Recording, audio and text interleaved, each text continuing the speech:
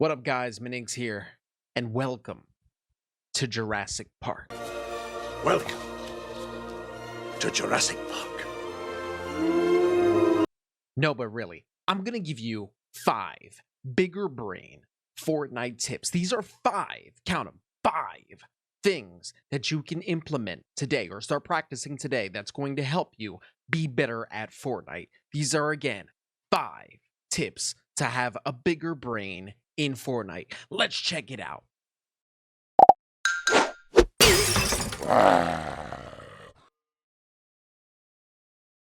Okay, so right off the bat, it's super important to understand that I am a potato, and this is for Fortnite potatoes. It's crazy what you can find on YouTube nowadays. You literally can look up whatever you need to make any input and really get creative, but that's besides the point. 5 tips, here we go. Number 1, I don't want to waste too much time. We're gonna get right into it. I'm gonna go quickly, and if you have any questions or concerns, please feel free to drop a comment below and let me know what you would like to see more of, or if you would like a further elaboration onto something specific. So number 1, build a box. I know it seems so simple, right? It really seems so simple. But it's super important to understand that this is, again, for newer entry players, less skilled players, people who haven't gotten their first win, people just getting into Fortnite, or people even discouraged to trying Fortnite because they have a lot of frustration when pushing people who are really cracked at building. So, number 1, just make a box. Just make a box. Now, what is a box?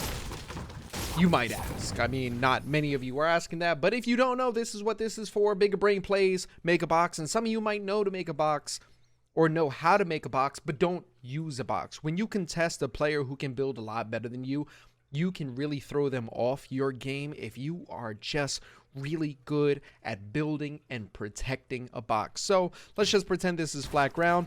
Obviously, we have our walls. Floor up top, floor up bottom, pyramid, pyramid. And now it's just defend this box. If you have a buddy, here's what I would challenge you to do. Go into creative and just make this box and have your friend try their best to get into this box and try to kill you. Defend that box. With that said, it's super important to understand the subsec of this, which is just be able to edit a wall. So once you've gotten a box down, you then want to be able to edit a wall, because with that said, when you are in a box, what's going to end up happening is a person is going to take out their pickaxe and they're going to try to take that wall. They're absolutely going to try to take that wall unless they don't know what they're doing, at which at that point it's going to be super important you know how to edit it so you can kill them. But they're going to try to take this wall with everything they got. They're going to take out their pickaxe and they're going to swing. But some people, what they'll end up doing for a little bit more security, they'll shoot into the box, at which point you want to know how to hold that wall. They're going to shoot it. They're going to shoot it. You want to side strafe so that this way, if they're aiming directly onto you, no bullets that pass through will hit you, or it'll make it more difficult to hit you. So you want to hold that wall while pressing down your button to place it, so that this way, when they try to actually take it, it'll be immediately replaced unless you have less ping, at which that point, rip. But with that said, you want to be able to also defend the box and kill the player, so it's going to be super important that you know how to edit. With that said, if you don't know how to edit, what I would end up doing is just going into creative and just learn how to edit each piece individually and just go super slow. You don't have to go fast, and just familiarize yourself with the edits. Take your time, make a window there, and maybe even try just like one category of that one piece until you get it down comfortably where it's a little bit more natural, because a lot of times if you just know how to do it and it's not natural, you're not super comfortable with it, when you get in a high panic situation, you're going to forget it. So when they're pressing the box, a lot of times what you want to be able to do is just open up that wall, because they're going to be on the outside and they're going to be swinging. They're going to be swinging with their pickaxe. With that said, it only takes 2 hits to get rid of a wooden wall. It takes more for other materials because they have more health. They'll try to hit. You'll open up a wall on them.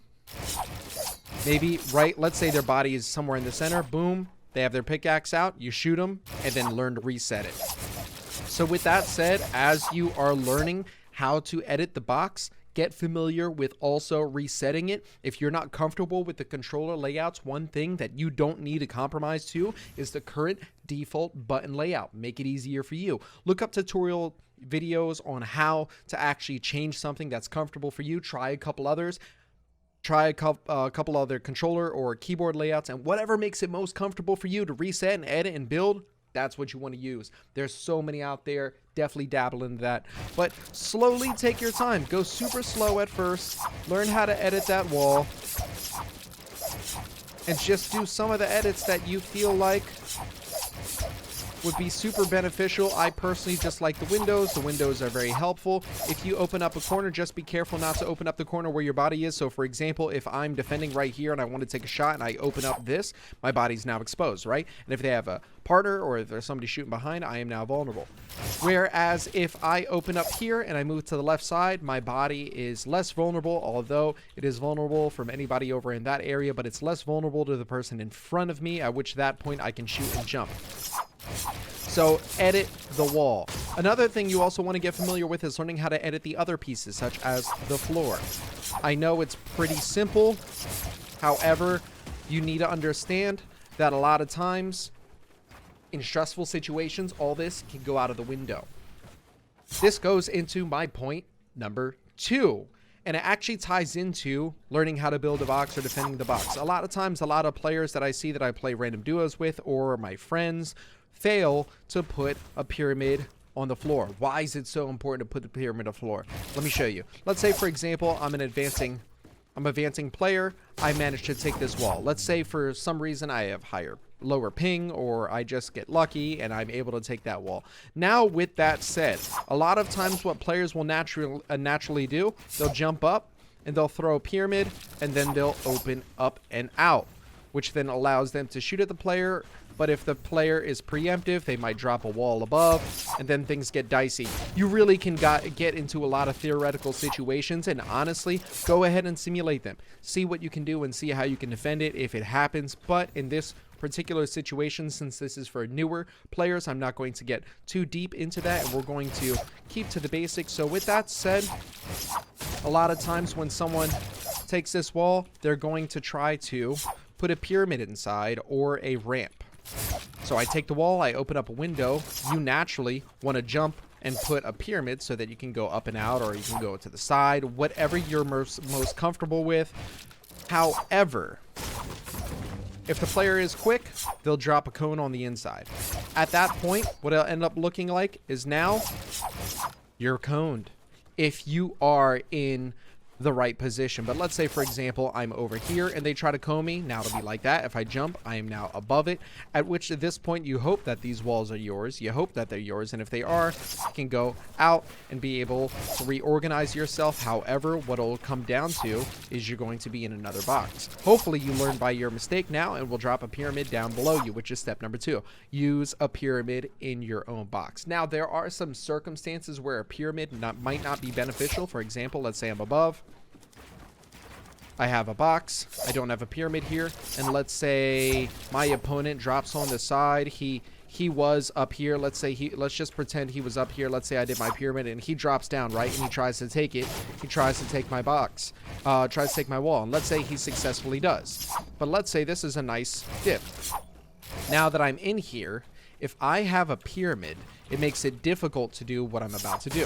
So, but if I take this away, what I can end up doing is boom, boom, and that will fall, which then chances are the person will try to catch himself with something, but it'll give you the high ground and give you the advantage in that situation. However, that's a little bit more advanced, and I wouldn't recommend that for the beginner. But there it is, and you can actually see that. So let's actually just recap real quick. So, number 1, learn how to build a box. Be comfortable with building a box. If you try to contest a player that is cracked out of his mind, he games all the time, he doesn't even sleep, he goes to school and he's not learning about science. Instead, he's learning how to take boxes and build, and he's cranking to the heavens. He's cranking before the game even starts. He's in the lobby cranking. This guy is sweaty. You're not going to be able to contest him in a build fight. If there is no line of sight, he cannot shoot you or she cannot shoot you. With that said, if you are in your own box, there is no way anybody can shoot you unless they use some sort of explosive or fireflies or something along that lines. But that is another circumstances that is theoretical, and you can go on, at which point you'd probably build another material, maybe move to another box, whatever. Being able to build a box is super important because then it could allow you to tunnel out if you're doing late game or anything like that. It can allow you just to be a little bit more protected, protect your team, whatever. It also can even break up your image if the box is big enough. It's all comprised of just multiple boxes. And let's say, for example, I'm in a squads and my team has died, and if I'm just in one box, I look like a lone warrior just trying to hold his own. Remember the Alamo. But let's say, for example, I'm just comfortable with building boxes. I can actually break up my image here. I can build several boxes. And also, in addition to that, having these pyramids down, which is step number 2, having these pyramids down can really help you. Let's say, for example, you do have a larger box like this and somebody ends up pushing you. Pow, pow, they take this wall. And let's say, for example, you were slacking and now you're over here. You can end up making it more difficult. Instead of the person just being in your 1x1, you can make it more difficult and you can edit the pyramid. You can reset the wall. These are all just little boxes, and it acts like a submarine would or a boat, where when something fails, you can shut it off or you can close out that area and you can make it a little bit easier for you, preemptively having peace control. Now, with that said, peace control is a terminology that I wouldn't really get too far into, especially considering this is for newer players. So, number 1, learn how to build your box and learn how to defend your box. Get a friend, like I said, go into a creative and have your friend attack your box. Have him try to push your box. Replace those walls and get used to it. Give him a shotgun, you have a shotgun, and you guys just play around. Or if you want to get a little bit more crazy and get comfortable with the wall editing, because you're going to need to be able to kill. You're going to need to be able to kill him. A lot of times, some players, just to go a little bit further, a lot of times some players might expect to edit. Me personally, I like to bait, so I'll hit once, take out my gun. I'll hit once and I'll take out my gun, and I'll actually wait for them to edit on me. So I'll hit once. Oh crap.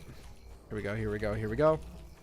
I'll hit once and I'll take out my gun, and I'm actually waiting for the person to edit up on me and shoot. But if you're going against a newer player, what will end up happening is as I swing my pickaxe, you're going to be big brain and you're going to end up opening that window on me. It broke prematurely.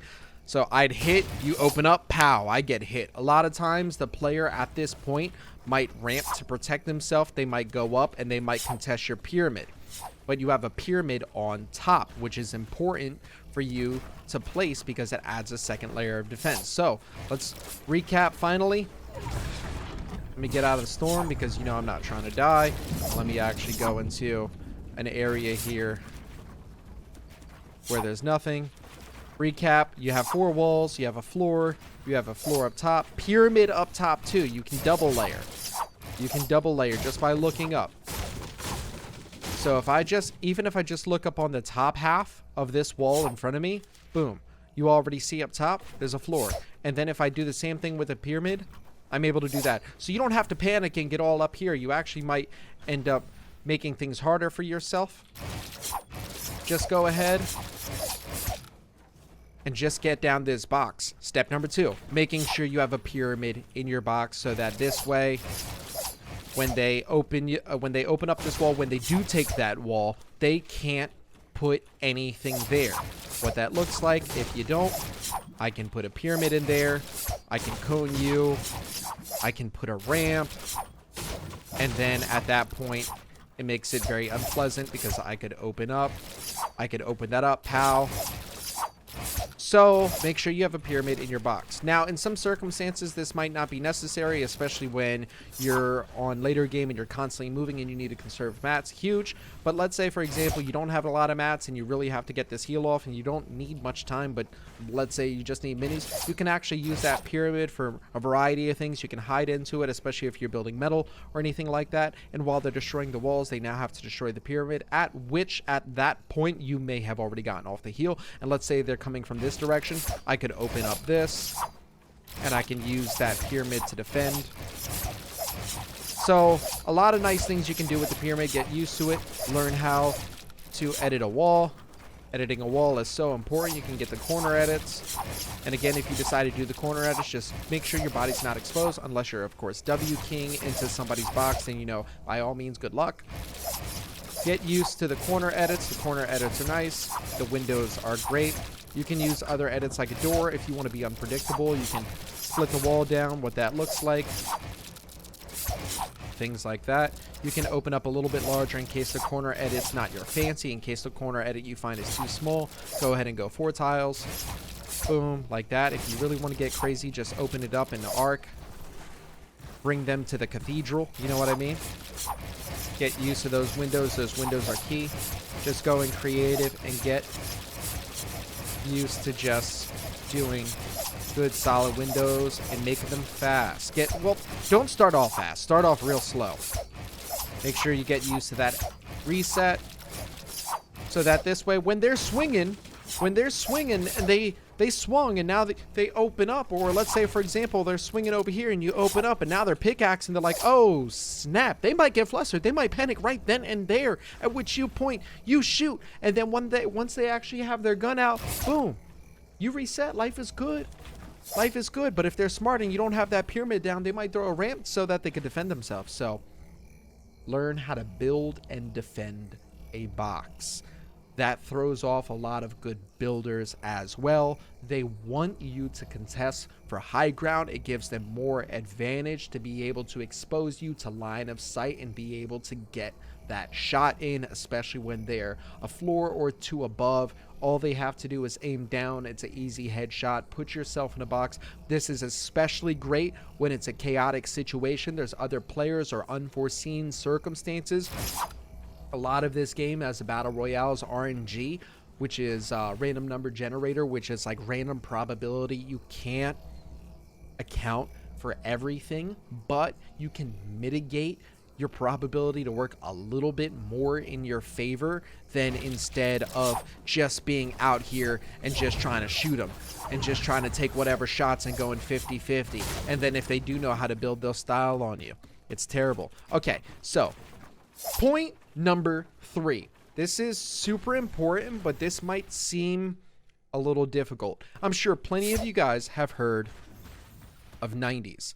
And I'm just going to show you a super easy way to do them, or really just try to break them down. But 90s are so important. You don't need a crank to the heavens. It's not necessary. Sometimes just getting up a floor or 2 will separate you from the chaos that is happening on the SAM plane. By SAM plane, I mean the SAM height that you're at. So let's say, for example, I'm just chilling and then somebody comes in. There's people. Maybe there's people in the back. If you're able to build that box at least well enough to be able to protect your sides, you can now end up separating yourself and being able to be in a better position than you were before. However, doing 90s isn't as easy as it seems if you're brand new. So what you want to end up doing to do 90s is you're going to, let's just pretend that the floor is the floor. I know that sounds redundant, but this is water, so it's a little difficult to build on. Let's just pretend that this is grass. I didn't build this initially. Pretend it's not there. Okay, with that said, what you want to do is you want to build a ramp. You always want to be on the leftmost part of it, this part right here. And the reason why is because as you're building, you don't want this to happen. You don't want to accidentally finagle your fingers too quickly and end up getting in this situation. However, if that happens, learn to embrace it, stay calm, get through it. And this is why it's super important to be able to edit each piece comfortably, so that when this happens, you don't end up panicking. Now you're on the side. And then what'll end up happening is, because you have a ramp in here, it's a lot easier. It's a lot easier for the opposing player. Let's say you're on this portion of the ramp. Let's say you're here. It makes it a lot easier for the player to take this, because now you're discombobulated because you already Harry Pottered yourself and you have a floor right there. They're able to take this ramp, maybe SMG. They'll take that. They might throw down a pyramid. It's going to be a rough time. You're not going to have fun. You might uninstall the game. I don't want that to happen. I'm trying to protect you. So with that said, let's get into the 90s. Ramp, wall, right there. Be on the leftmost part of it. Ramp, wall. Now, the reason why you want to start off with ramp and then have wall after instead of doing it backwards, sure, can you? Yeah, especially if it's defensively, you might be able to. You might be able to back up a little bit. So if you're being aggressed from this way, what you could do is then drop a wall, then ramp, but you're going to need to go back to wall. But the problem with that is you might accidentally drop a wall in front of you, which is why it's easier to instead move forward and make a ramp wall. And with your wall still out, you're going to run up a little bit and you're going to wall. And then you're going to move over a little bit. Look over to your right. Wall there. Look down. Wall there. Drop a floor. This is going to push you up a little bit, which actually might build up momentum. And you're going to now drop a pyramid. If you notice, I'm right here when I did that. And that's what you want to do when you're actually moving uninterrupted. So you want to put this wall in front of you, and that's going to help you so that you don't accidentally jump off. So you don't accidentally yeet yourself into the abyss. So this is there. Come to the right, come down, floor, ramp, wall, wall, wall, floor, ramp. And then if you get it down and get quick enough, you could be chilling in the 90s club. Now, this might seem like a lot. Listen, go to YouTube, find out how to 90. There are so many different 90s.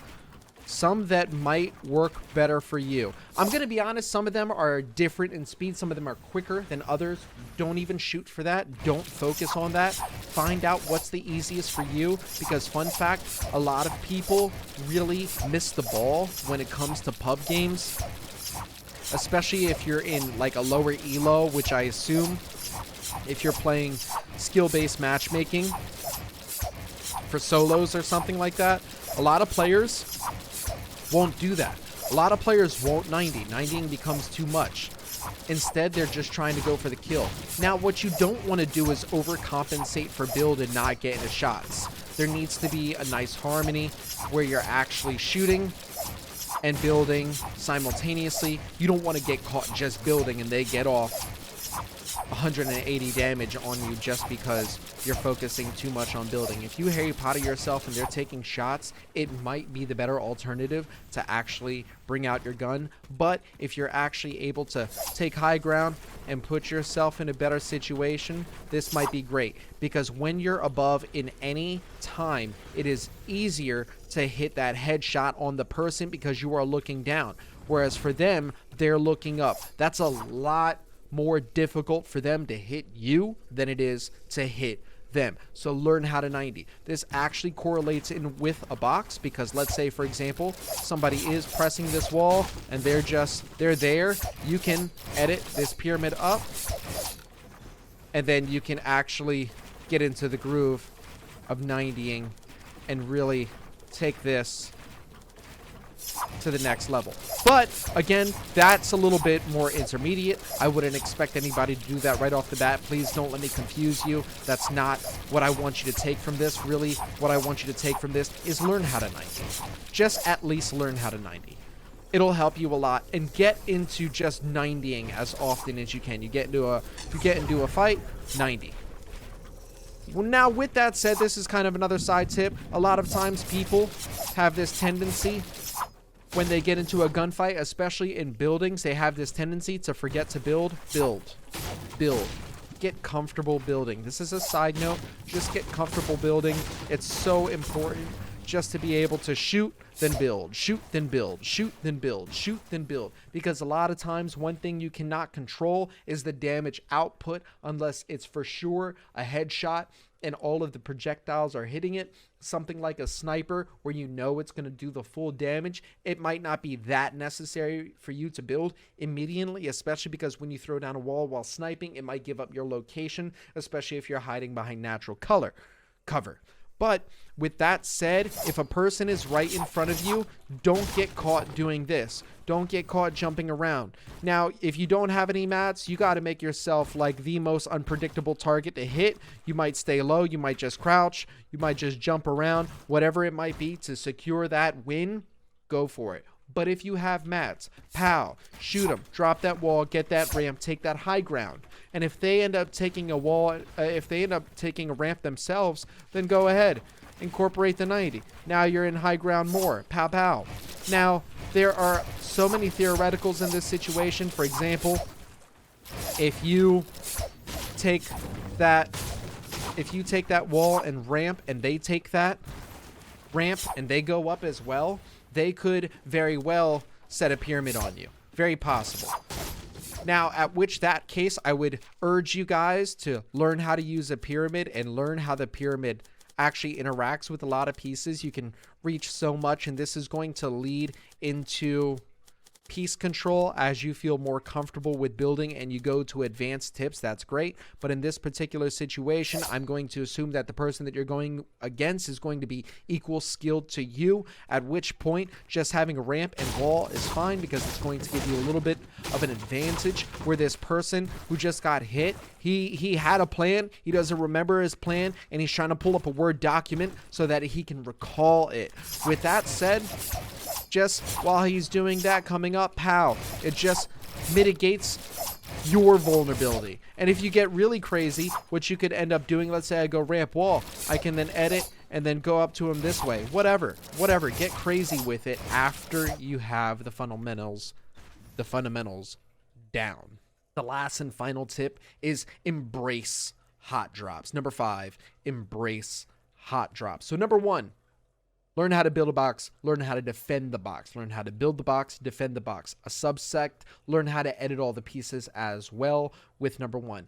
With number 2, make sure you guys are throwing pyramids down. It can save you. There's been so many tricky situations where someone will have pushed my box and I'll edit the front 2 pyramids. They'll come here, they'll break this. That's theirs. I'll edit that, and then I go up and out. It's so easy just to be able to have an added layer. But if this is a ramp, I can't do that. If this is a ramp, what has to happen is now I have to have a half ramp if I want to take a shot at them, or I would just have to go up and out automatically. Or maybe I could split it this way, but most of the ways with the ramp, it's going to cause me to expose myself unless you're doing something a little bit more intermediate, at which that point you're cracked. You don't need this tutorial. But going to number 5, that was number 4, that was number 3, but number 4, also make sure you learn how to do 90s. 90s are so important. It's not necessary that you be super cracked at them. Just be able to get up a couple flights real quick, and a lot of times you can gauge whether a player is better than you, because if they're cranking 90 years harder, drop down, get into a box. And what I mean by drop down is get back to the floor, get into a box, defend that box. With that said, I think it's super important to teach you guys how to waterfall. Let's say, for example, I'm up at a height that is a little bit dangerous. What you want to end up doing is you end up falling, hold the wall build, and after about 2 to 3 walls being placed, you want to drop a floor. If you can get into the habit, dropping a stairs isn't bad either, because the point is lower, gives you a little bit more room for error. But what I like to do is I personally use floors. I end up getting walls on each side unless I'm in a hurry. Get used to doing this. So again, what that looks like is, let's say I'm super high. Boom. Boom. Boom. Get used to doing that. Get used to doing that. I would encourage you to go into creative, get to a super high height, especially if you're afraid of heights. This is something that can help you overcome your anxiety. Just build up and just get used to waterfalling. This isn't number 5. This is more of a sub tip when it comes to building 90s, because you'll end up being high up. See how I protect myself? I usually do that in the direction where I'm getting shot. It makes it a little bit easier, and there's a little bit more support. The reason why is because if I went down like this, all the person has to do is shoot that out, at which point I've decided to do that. But the problem with that is it uses more mats, so if you're not in trouble, it's not necessary for you to do that. But knowing how to waterfall, super important. Knowing how to 90, super important. Knowing how to put a pyramid in your box, super important. Knowing how to build a box, super important. And knowing how to edit the walls, pyramid, floor of the box, super important. I wouldn't even bother myself necessarily with edit courses if I was super new.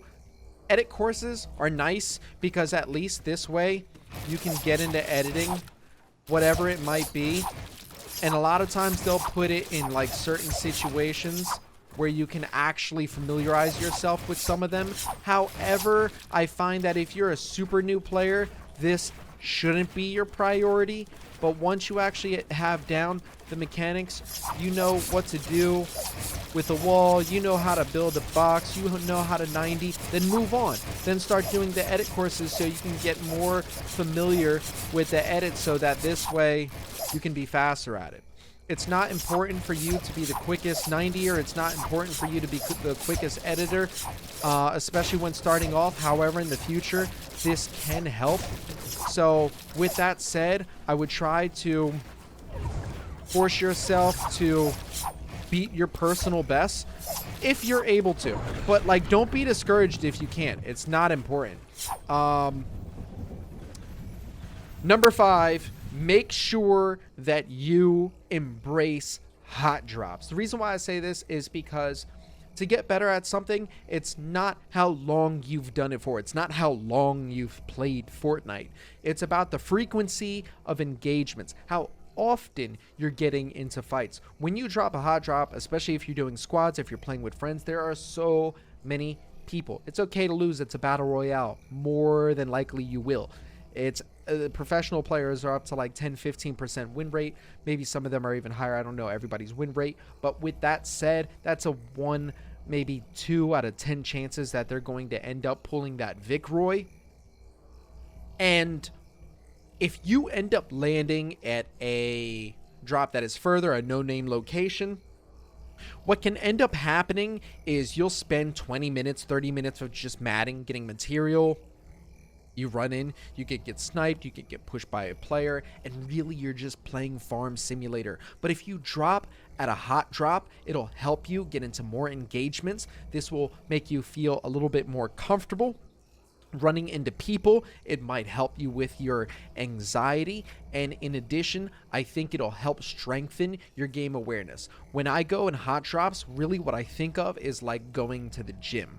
So with that said, embrace your hot drops. A lot of times when you get a hot drop, there's more RNG, and sometimes it plays significantly in your advantage. For example, you and a person drop at the same building, you drop 1 level below, you have a chest, they do not, you have a shotgun, they have a sniper.